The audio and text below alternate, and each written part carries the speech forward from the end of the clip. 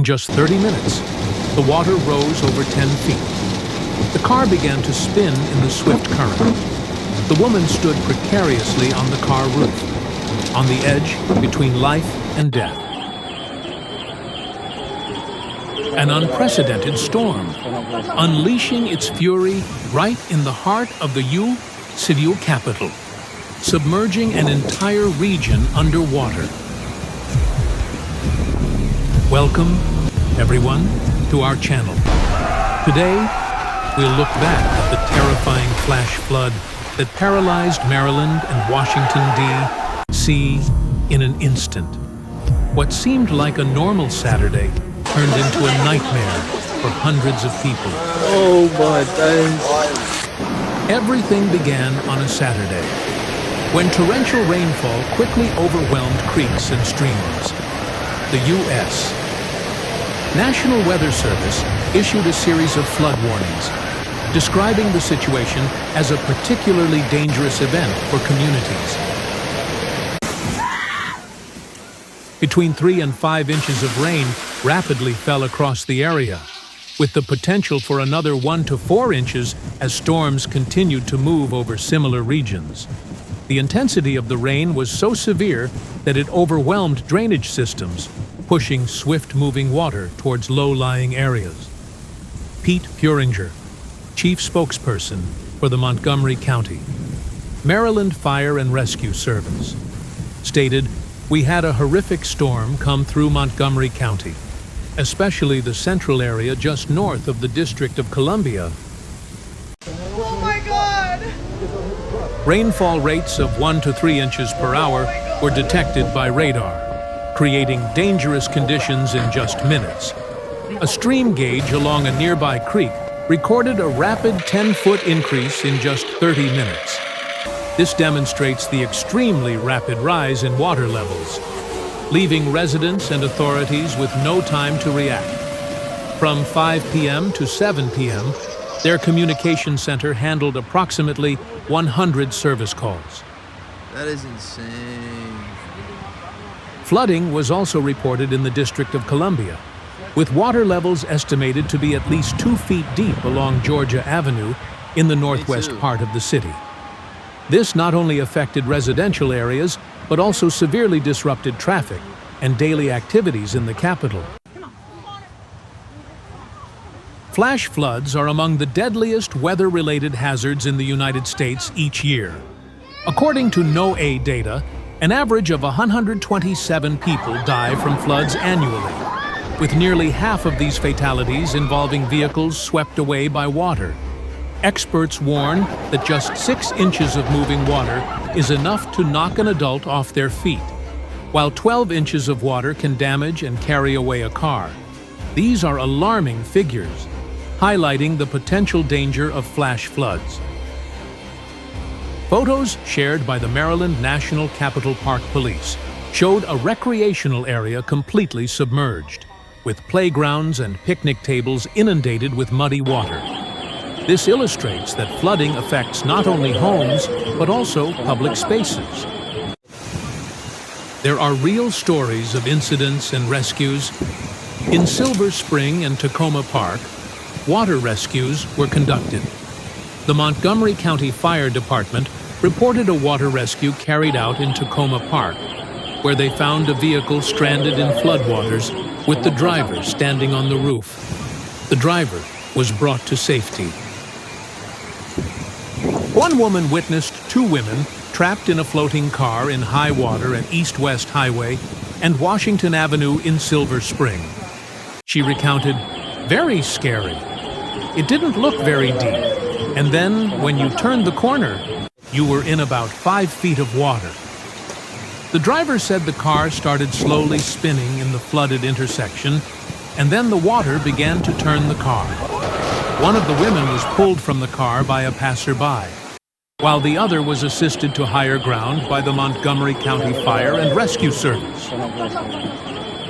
Pierce Tewksbury had driven through the swift water just minutes earlier. He said, "If I would have waited another 2 or 3 minutes, my car would have been stuck like theirs." He and his brother Stuart ran into the waist-deep water to help those trapped, We saw people who needed help, and I pulled her out of the car, got her to dry land, and waited for the fire department to come. He emphasized, if conditions would have gotten worse in those few minutes, and the car would have drifted, it would have been totally submerged. You never know what could happen. So, I saw a situation, and I acted. That's really how I was raised. Flooding also affected the Dante community in Russell County on Friday, injuring 13 people and forcing local authorities to dispatch swift water rescue teams to help evacuate residents. In response to the emergency management officials warned of significant flash flooding along the Sigo Creek Basin, where water levels rose rapidly, and several water rescues were reported. In the initial hours of the event, authorities reported no injuries or missing persons related to the flooding, although they continued to urge residents and visitors to be cautious into the evening. Montgomery County fire crews worked tirelessly, performing rescues and assisting residents. Officials also warned that the area's storm drain system was clogged, preventing water from draining, and therefore, residents should avoid affected areas. Sigo Creek Parkway was also closed due to flooding. State Senator Todd Pillion and Delegate Israel O'Quinn, both Washington County Republicans, surveyed the Dante community and reported on the number of injuries. O'Quinn said, Impact Missions, a ministry of the Baptist General Association of Virginia, which has assisted in all flood events in Southwest Virginia, had begun operations. The weather forecast indicated that rain could end by midnight, as temperatures dropped into the 70s for a cooler night.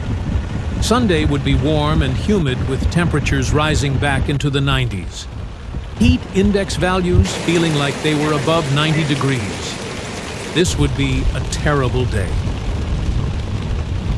Dear viewers, through the story of the flash floods in Maryland and Washington, D.C., we have witnessed the destructive power of natural disasters and the challenges they pose to modern urban communities.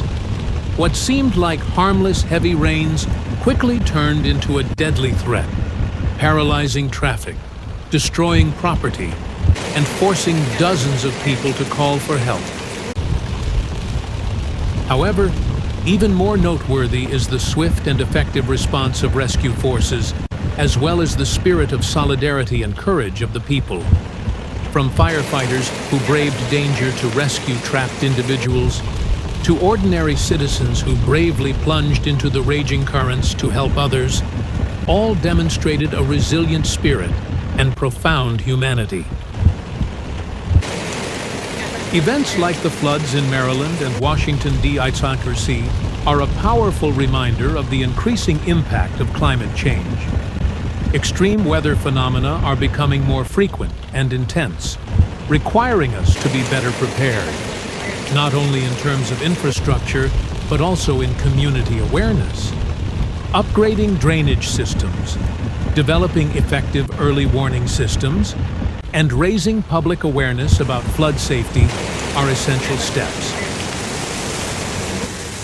We need to understand that, in the context of a changing global climate, no place is completely immune to natural disasters.